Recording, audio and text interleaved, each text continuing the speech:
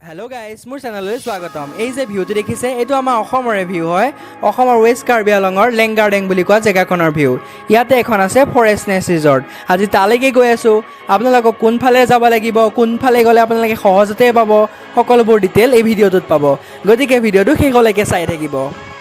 জেগাখন নেলিৰ পৰা সোমাই যাব লাগে। বৰ্তমান আমি আহি পেলাই ৰহা পাইছোঁহি আৰু ৰহাৰ আপোনালোকে পৰিৱেশটো দেখিছে। আৰু ৰহা সাৰি পেলাই আমি বৰ্তমান ধৰমটোল পাইছোঁ। নেলি পামেই আৰু ধৰমটোল পাইছোঁহে। আপোনালোকে পাহাৰবিলাকৰ ভিউটো দেখিছে কেনেকুৱা ধুনীয়া। আৰু আপোনালোকে নেলি পোৱাৰ পিছত এখন উমচাই ভেলী আপোনালোকক মই লিখি দিছোঁ। এই উমচাই ভেলী বুলি কোৱা ৰাস্তাটোদি আপোনালোকে সোমাই যাব লাগিব। বাওঁহাতেৰে আপোনালোকে সোমাই যাব লাগিব। তাৰপিছতে আপোনালোকে প্ৰায় 25 কিলোমিটাৰমান সোমাই গ'লে আপোনালোকে জেগাখিনি পাবগৈ। মই এতিয়া বৰ্তমান সোমাই পেলাই আহি আছোঁ আৰু এই জেগাখিনি ৱেষ্ট কাৰ্বি আংলঙতে পৰে। ৱেষ্ট কাৰ্বি আংলঙৰ আপোনালোকৰ ঠাইখিনিৰ নাম হৈছে লেংগাৰডেং।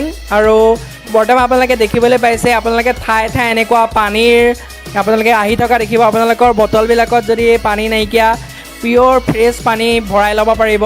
আৰু ৰাস্তাটোৰ ভিউটো আপোনালোকক দেখিবলৈ পাইছে কিমান ধুনীয়া হয়, বহুতেই ধুনীয়া হয় ৰাস্তাটো।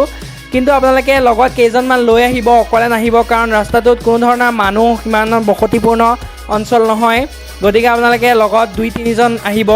আমিও লগত এজন লৈ আহিছিলোঁ আৰু বেলেগো পাৰ্টনাৰ লগ পালোঁ। এতিয়া গৈ আছোঁ আপোনালোকক, আৰু এনেকৈ গৈ পেলাই কোনফালে আপোনালোকে সোমাই গ'লে সহজতে পাব মই আপোনালোকক ভিডিঅ'টোত দেখাই দিম। গতিকে ভিডিঅ'টো আপোনালোকে চাই থাকিব। এয়া আপোনালোকে পাহাৰৰ ধুনীয়া সৌন্দৰ্য উপভোগ কৰি আপোনালোকে একা বেকা পাহাৰৰ পথবোৰেৰে আগুৱাই গৈ থাকিব লাগিব।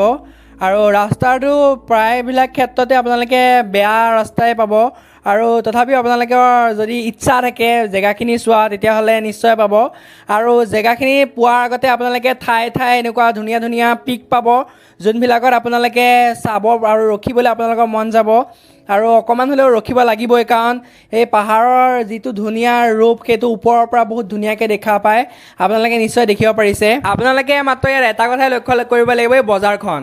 আপোনালোকে নেলিৰ পৰা যেতিয়া সোমাই আহিব, নেলিৰ পৰা বাওঁহাতেৰে উমচাই ভেলীলৈ সোমাই আহিব, আপোনালোকে উমচাই ভেলী যাব নালাগে, তাৰ আগতে এখন বজাৰ পাব। আৰু সেই বজাৰখনৰ পৰা আপোনালোকে বাওঁহাতেৰে প্ৰায় 1 কিলোমিটাৰমান গ'লেই এই ধুনীয়া ৰিজৰ্টখন পাব। গতিকে আমি বৰ্তমান আহি পেলাই এই ৰিজৰ্টখন পাইছোঁহি। আপোনালোকে সোঁহাতেৰে যদি যায় তেতিয়াহ'লে বাইক ওপৰলৈ উঠাই দিব পাৰিব। আৰু আমি বৰ্তমান খোজকাঢ়িয়ে আহিছোঁ, আৰু আহি আমি বৰ্তমান পাই গ'লোহি নেচাৰ নেষ্ট ৰিজৰ্টখন। আৰু ইয়াতে আপোনালোকে এণ্ট্ৰি ফিজ দিব লাগিব। এণ্ট্ৰি ফিজ পাৰ পাৰ্চন আপোনালোকৰ 50K ল'ব।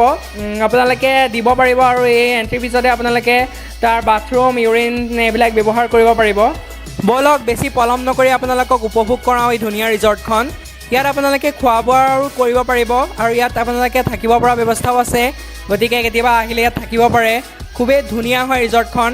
আপোনালোকক মই দেখাই দিছোঁ ৰিজৰ্টখনৰ পৰা আপোনালোকে ধুনীয়া পাহাৰৰ সৌন্দৰ্যবোৰ উপভোগ কৰিব পাৰিব। খুবেই ভাল লাগে ইয়াত। আৰু আপোনালোকে ফটোশ্বুট কৰিবৰ কাৰণে আহিলেও ধুনীয়াকৈ আপোনালোকে মেঘালয়, চেৰাপুঞ্জীৰ দৰে ফিল ইয়াত লৈ যাব পাৰিব। খুবেই ভাল লাগিছে। এতিয়া আমি আহি এটা ডাৱৰ পালোঁ, আৰু এই ডাৱৰটো চাওকচোন কিমান ধুনীয়া লাগিছে। এই ডাৱৰটো এটা ক'লা ডাৱৰ হয়, আৰু এই ক'লা ডাৱৰটোৱে বৰষুণ পেলাব পাৰে। এই ক'লা ডাৱৰটো আমাৰ ফালে গতি কৰাৰ আগতে আমি ইয়াৰ পৰা যাব লাগিব। মাজত যোনখিনি খালী ঠাই দেখিছে, সেইফালে ৰ'দ দি আছে আৰু ওপৰত এটা ডাৱৰ। কেনেকুৱা এটা ধুনীয়া সৌন্দৰ্য আপোনালোকক মই ভাষাৰে বুজাব নোৱাৰিম। বাকী খুবেই ভাল লাগিছে। আৰু ভিডিঅ'টো মই গোটেইটো ডাব কৰিলোঁ, কাৰণ মোৰ ভইচটো ভালদৰে নাহিলে কাৰণে গোটেইটো ডাবিং ভিডিঅ' হৈ গ'ল, তাৰ কাৰণে ক্ষমা কৰিব। বাকী যদি ভিডিঅ'টো ভাল পালে আৰু জেগাখিনি যদি ভাল লাগিছে, এটা লাইক কৰি দিব। আজিলৈ ইমানেই, আৰু বাই বাই।